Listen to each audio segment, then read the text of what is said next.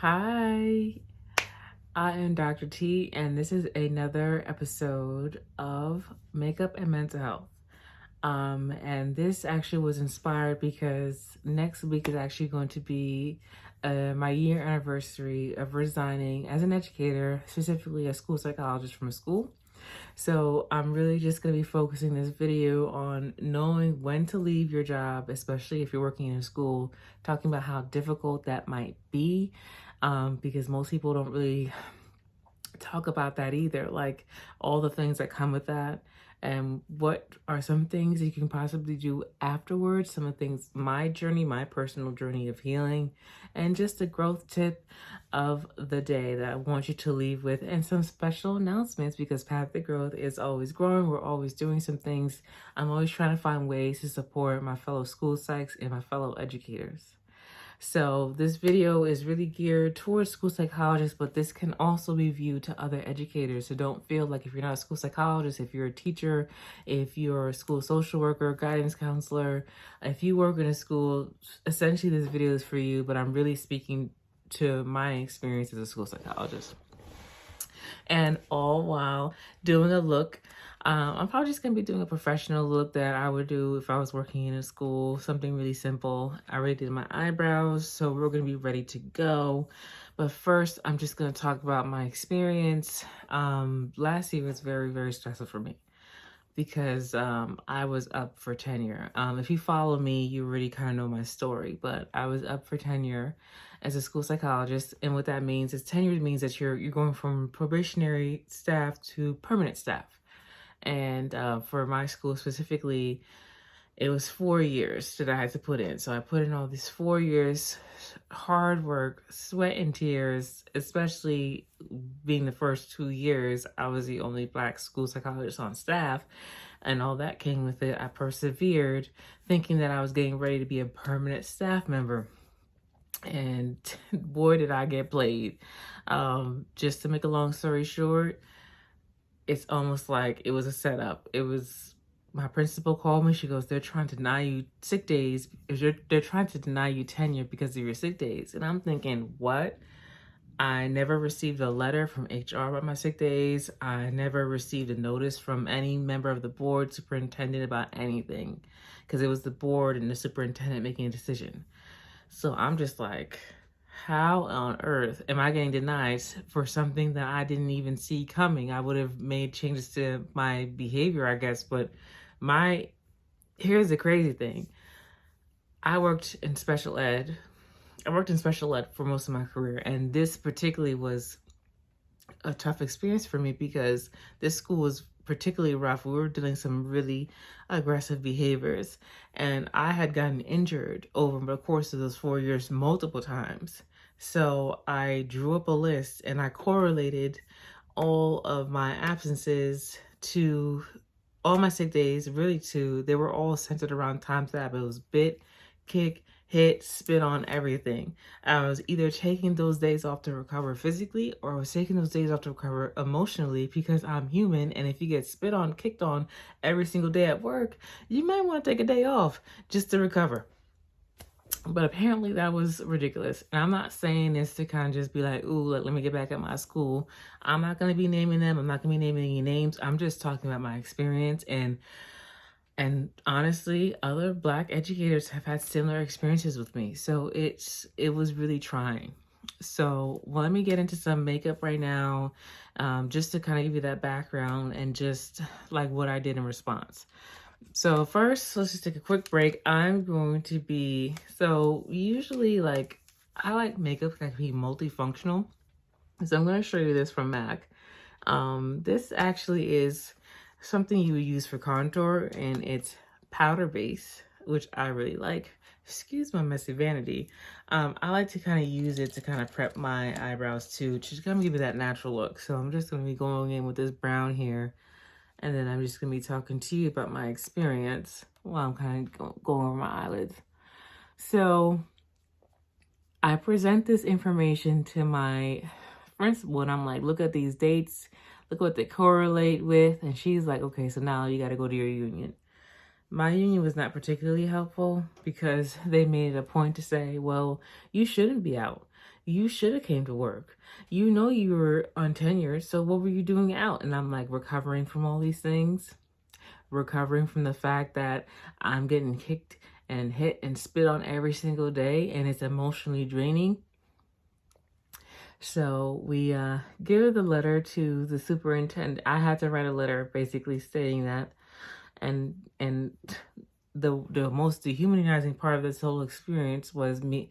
The union advised me. I met with the union and the lawyer for the union, and they both advised me. They said, well, you should just write a letter to the superintendent stating what you just said about the absences, and also talk about all that you've done. Meanwhile, I have to do a whole binder. My binder was, I don't know if you can see it, but like this thick of all the work I did for that school. Most people would know it's called a portfolio. So I'm thinking, why can't you just check my portfolio? It's all in there. And that to me, and I wish I stopped. I wish I honestly stopped and didn't continue over there. But at this point, I was like, I don't want to really lose my job, because technically if you get denied tenure, that's you being fired.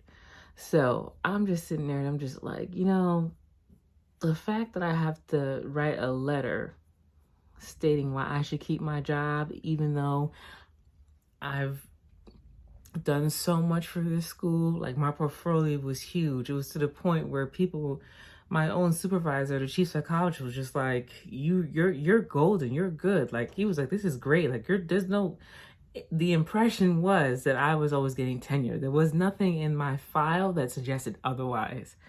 So the fact that I had to do this particularly felt annoying for me, because I felt like they were abandoning me, especially the team. It was very much like, just write this letter and suck it up. So I get a response back from my union, and the response is, and this is the worst part, after all I've said, after saying that like I've gotten injured and I didn't feel emotionally supported, so I had to like, you know, take days off, the response was, okay, well, you can, we'll grant you tenure. This is a supposed, we'll grant you tenure, but you can't take a day off from now until June. And this was in March. It was like, you can't take a day off from now until June. You have to prove that you can't take a day off. And this is when things got really shaky for me. And even then I was just like, okay, you know what? I need this job, so I'm just gonna kind of stay. I'm just sitting there just like, this seems a bit odd, but I'm still gonna go with it. So I'm like, okay, fine. I agree. I say I will not take a day off between March and June. I'll finish the school year out without taking a day off. Mind you, this is a global pandemic. This is March 2021. We are still trying to figure things out at this time. But yet I'm not supposed to, and we're taking vaccines and we're getting side effects from it. And it was, to me, divine timing, all the things that happened. Before I get into the divine timing of things, let me switch up and just show you what I'm doing. This is a really good palette, especially for those who like the natural look like me. I like the natural look like when I'm going to work, or this is a really good look for like if you're going on an interview to other jobs, or if you just kind of want to kind of understated look that's not too much when you're going out.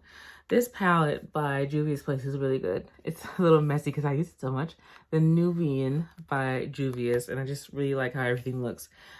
These are really, really nice colors that are my go-tos.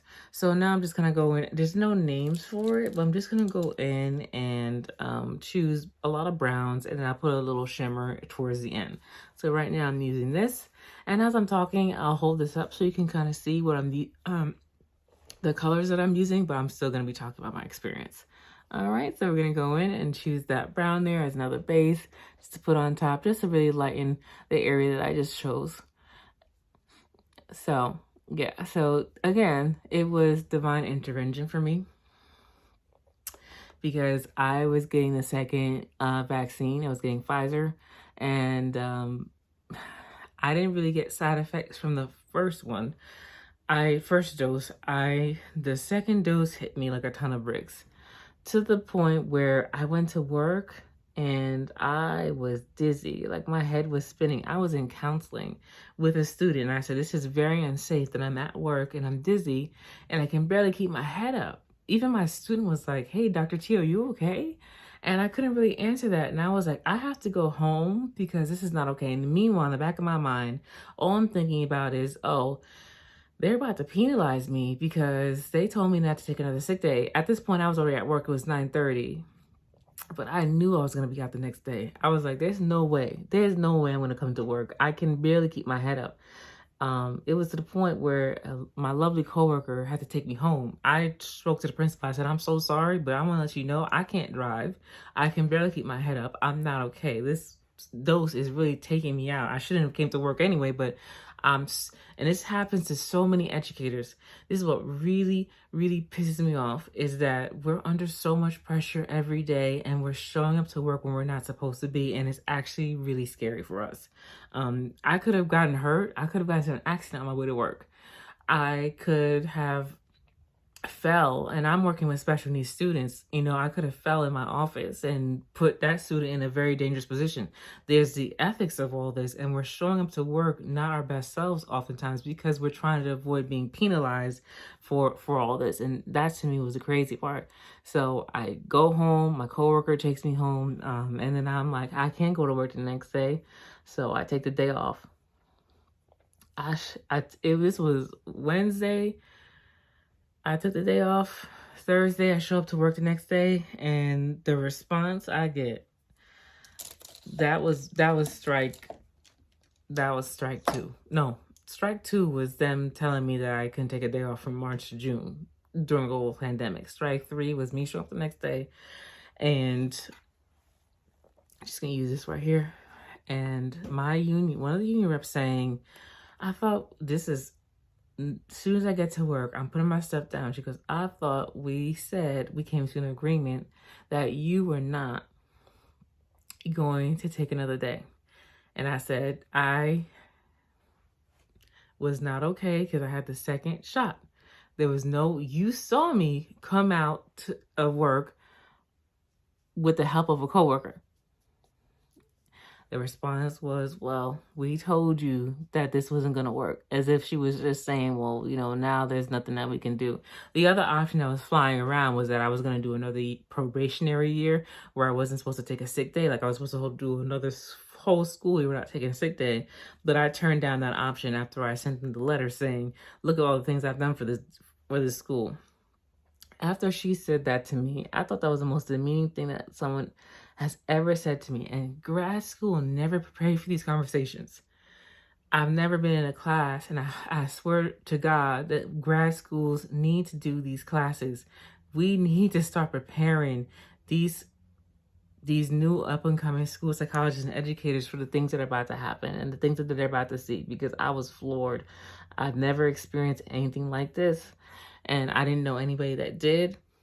So I'm just sitting here, and I look at her, and I was just like, then obviously this is not the school for me. I've never been so calm stating something to someone. I wasn't upset. I wasn't angry. I think I wasn't even emotional. I just kind of was numb at that point. I just looked at her and I said, then this is not the school for me. And that's the question that a lot of people say, like, how do I know? How do I know when it's time to leave?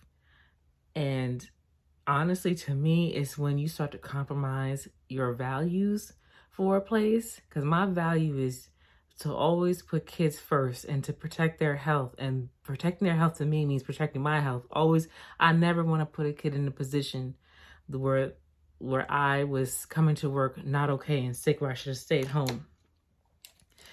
And when you start compromising your values, that's when it's time to start bowing out, in my opinion. I'm going to be using this right here, just on the end, just to kind of give it some flavor, because I like to just kind of put the darkness towards the end. So that's my story, and then that's my lesson, and that's my lesson to everybody who's starting out, seasoned, whatever. The moment you feel like you're going to compromise your values doing something, it's time to leave. And of course, people were upset because I submitted my resignation letter that was enough for me. I submitted my resignation letter that night. I looked at my husband and I said, no more. I'm never doing this again. I've never been disrespected like that in my life, and I've never been prepared for something. I don't even know. Don't worry, we're going to clean that up with concealer. I've never in my life experienced that, and I never want to experience that again. And he just looked at me and said, I've been waiting for you to quit. And, you know, at that time, I had my private practice, so I felt empowered enough to leave. But I'll never forget that moment. I looked at that woman and I said, and this is not the school for me. And I said it, and it was everything to me. And I mean, I think it depends, but if you can, you should always take time to heal. I took about 3 weeks to really heal from that experience because it was a lot. I was in survival mode. I didn't know what was going to happen. I spent like it was from January I found out that I was getting denied tenure. January to March, I'm showing up to work. I'm not okay. Like, I got injured in February. I had a herniated disc and my doctor said you shouldn't be at work, but I still showed up to work anyway. I was compromising my values, and I'll never do that again. And I'm going to teach that to everybody I know, and even my future kids. Everybody's going to get that lesson. Don't ever compromise yourself for an employer, because they will replace you. The moment something happens to you, they're ready to replace you. And I truly believe, and I'm going to be using this gold shimmer here to put on top of my eye, just because I like shimmer, but I truly believe that if something were to happen to me, that job still would have replaced me regardless if I left, regardless if I got hurt. If I had gotten into a car accident after experiencing those side effects from the vaccine, they still would have found somebody to replace me. So in the end, they're always going to do what they got to do at the cost of your health, at the cost of all things that you sacrifice. So don't feel the pressure that they give you to stay, because it's not worth it. It's going to go back and blend. And I think we're going to be done with eyes. Once I get the look I want, I don't add anything else because I don't want to overdo it. Like I said, this is going to be really, really muted. Something that you can kind of do at work, and something that you can kind of do just like if you're going out to a day brunch or something. You don't want to go have a whole look on your face. But again, don't ever compromise your values for anyone. Just putting some island in my waterline. The second piece is take some time to heal, because that's what I did. I took a lot of time to heal from that experience. It was tough. I felt rejected. I felt abandoned. I felt very uncomfortable. I sought a therapist, and I just healed from not just from that experience, from the 4 years. Like, I was just going and going and going, and no one was acknowledging anything. And clearly they don't care. They just didn't care. They're like, oh, you got injured? So what? You're supposed to show up to work. Like, verbatim, one of the staff members said, even if you get injured, you still show up to work injured. Like, that's just the mentality. If you're not here, who's going to be there? And I was like, that's cool. That's your mentality, whatever. But at the same time, to me, my value is these kids need to come first, and they'll never get better if I show up, excuse my French, half-assing everything because I'm not well. And that to me is where I draw the line. And I should have drew the line a long time ago, but it became abundantly clear to me the sacrifices that they were asking me to put my health like literally dead last, and to put themselves first. Because at that point, it's not even about the kids. To me, it was more so about control. Like, if we told you to do something and you didn't do it, we don't care if you got hurt. So now I'm going to be using MAC Studio Fix, a little bit SPF 15. This is one of my favorites. I love MAC. But that was terrible. I've never experienced something like this. And I hope to God that grad schools start talking about this, because this is happening to us in droves. Just going to be putting it on my face here. And it was humiliating. And I left. I mean, I didn't even wait to be out there. They were just like, you don't even wait till June. Nope, I'm not waiting till June.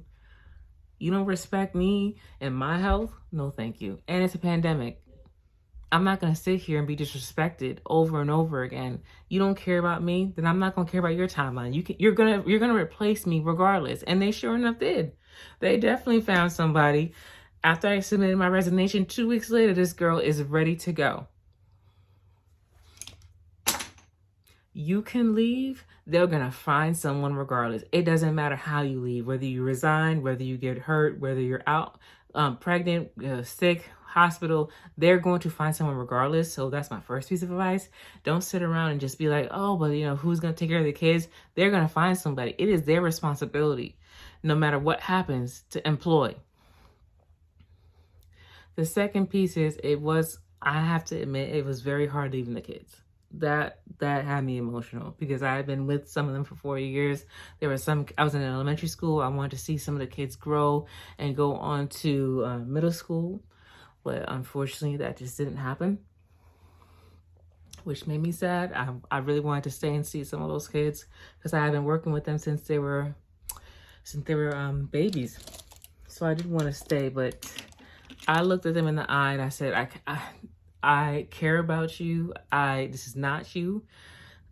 I have to leave. Dr. T is not well. I have to focus on me. And if you need anything, I gave all the parents my work number for my private practice. I said, if you ever need anything, I'm here for you.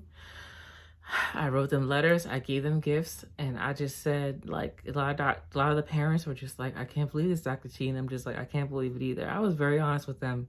I was like, this is what this school is doing to their staff, and I don't care because I'm not going to just tell my parents, oh, I'm leaving because in the middle of the school year. What am I supposed to say? I'm going to say it's you. You're the problem. And a lot of parents understood. And it's a shame that they even have to understand that. But the kids will understand, and you can always keep in contact with your students no matter what. I still do. It's fine. I still keep in contact with parents. I still keep in contact with my students. You really do have to put yourself first. It's much better if you're keeping contact with them in a safer situation than being in a situation that you don't belong in. All right, now I'm going to go back and contour with this darker deep brown over here and just put that right here. So I'm just going to make my cheeks stand out a little bit more. I kind of just like the edge right here, yes, and fill it out. So, kind of gives you that sleek look. We'll go back and just blend it a little bit more, but so, that's my story of perseverance, and it was hard. I'm not gonna, some of my kids cried, and understandably so, I would be emotional too. Especially because I left in the middle of the year, but you have to feel no shame, because if a school can feel no shame for firing me for sick days for an environment that they've caused and done nothing about, then I should feel no shame about leaving for my mental health. And I'm proud of what I did. I wouldn't change a thing. I would have left earlier. I should have left when they denied me tenure in January, if I'm being honest. But always check with your state to see if you can leave early. New York State is just a matter of, this is Born to Glow, my favorite concealer. Always check with your state. I live in New York, and educators can leave anytime they want. You just gotta give 30 days notice. So, most people don't know that. School definitely try to say, oh, you gotta stay till June. I checked the law. I spoke with a lawyer. They said, no, you can leave. So they'll definitely try and play you until you can't do something. And that's when you gotta stand up for yourself. That's when you gotta learn to advocate for yourself, because nobody else will in those situations. This is actually a nice concealer brush that I have. I know a lot of people use their fingers, but I don't. I'm a Virgo. I just don't like mess. I've been that way since I was a little kid. I don't like having things on my fingers. I didn't even like finger paint. It's just not me. Some people will do this with their fingers. They enjoy doing with their fingers. I do not. So you see, as you can see, like a lot of it got cleaned up and kind of left. There's no more eyeshadow. That's what I kind of use to clean everything up. All right, so now I'm going to, again, this is just a simple look. I'm now going to take some blush. I didn't really contour my nose because I feel like it's unnecessary when you're running out and you just want to go to work. Like, this is a look that I used to do back in the office, and a little something to make my cheeks stand out. Boom. All right, so again, Juvia's Place is called a Saharan Brush Volume Number 1. And this is the tricky part. I literally, just to get a simple, actually I'm gonna go with this one, just to get a simple, just dab it here. You don't wanna do too much because then it's like really a lot. Just gonna dab again. This is called Neo. Get simple. Just go brushing up a little bit. And then now I'm going to take this highlighter, Zara, because I love a highlight. I love a highlight. When you have a highlight like right there, it really brings your cheek out when you have a side profile. All right. And I don't have my favorite lip gloss with me. So, oh, there it is. This is actually something I got from the dollar store. I'm not ashamed. I was like, I'm sold. It says Ultra Lip Gold, roll shipment oil. Sometimes you don't have to use the fancy stuff. Sometimes you could just go to the dollar store and get this. And this actually lasts a while. So I'm gonna put this on my lips, and then we're gonna go into the growth tip. All right, there we are.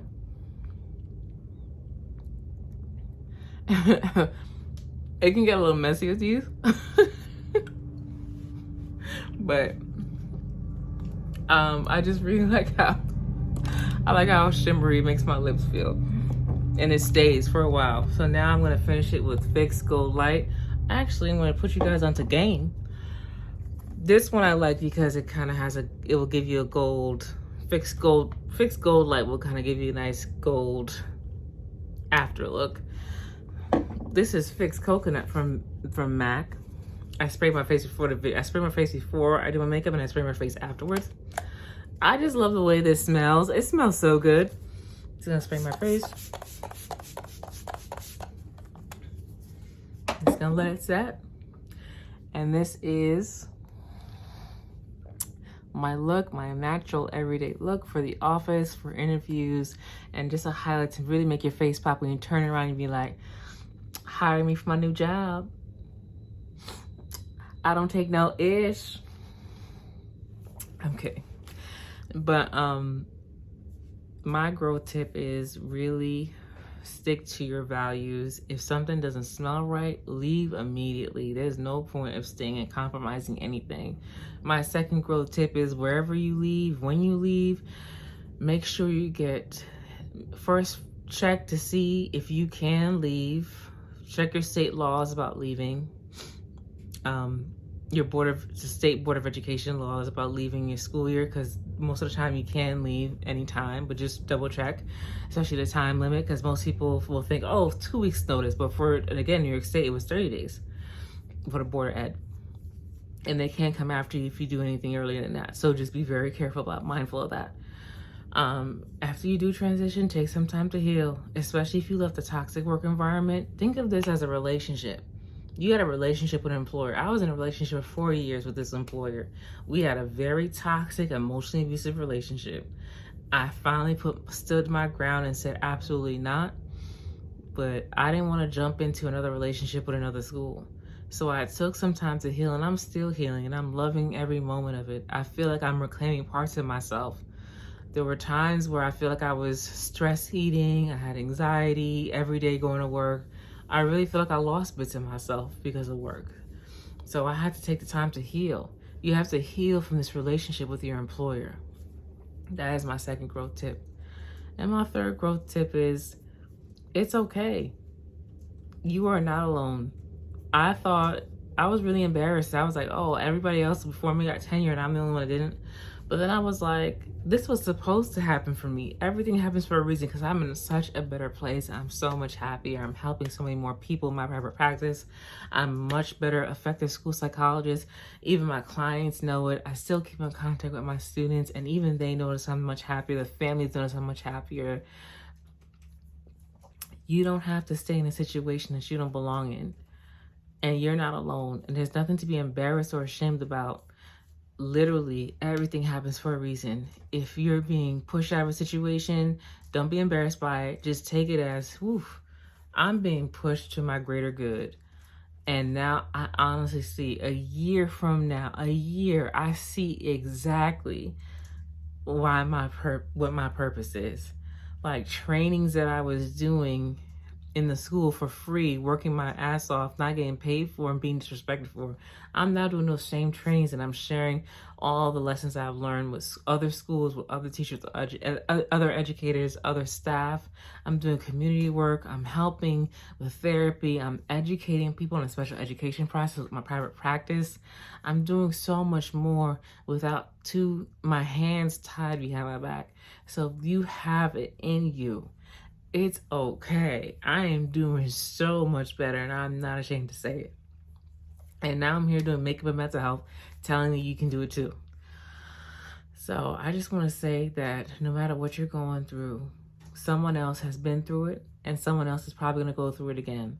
This vicious cycle is happening in the education world, and we have to change. And that is my goal moving forward, is to change the way this field is treating our fellow educators, because it ain't right. And it's not about the kids anymore. It's all about them. It's all about their numbers. It's all about their data. It has nothing to do with you and more to do with them. Don't ever put yourself in a position where you're compromising your values for a place that will replace you in 2 weeks or less. And they won't even miss you. They won't even care. So, couple of things. Follow my Instagram, growth with Dr. Toussaint, because I have a special vision board party coming up to help people like me who are having that question, like, should I leave? Should I stay? Should I go? I have a retreat coming up for Black women who need to heal from their experiences as well. That's October 2022 in Barbados. So all these experiences that I've went through, I really want to help other women that have been in my shoes. So be on the lookout for that. I put everything in the description. I'm just so happy to share this with you. Please share this with other school psychologists who are going through it, other educators, other teachers, anybody that works in a school that you know of that's going through it. Please show them this video. And also please subscribe so that you can get more updates and more announcements. I wish you peace. Have a lovely week. Bye.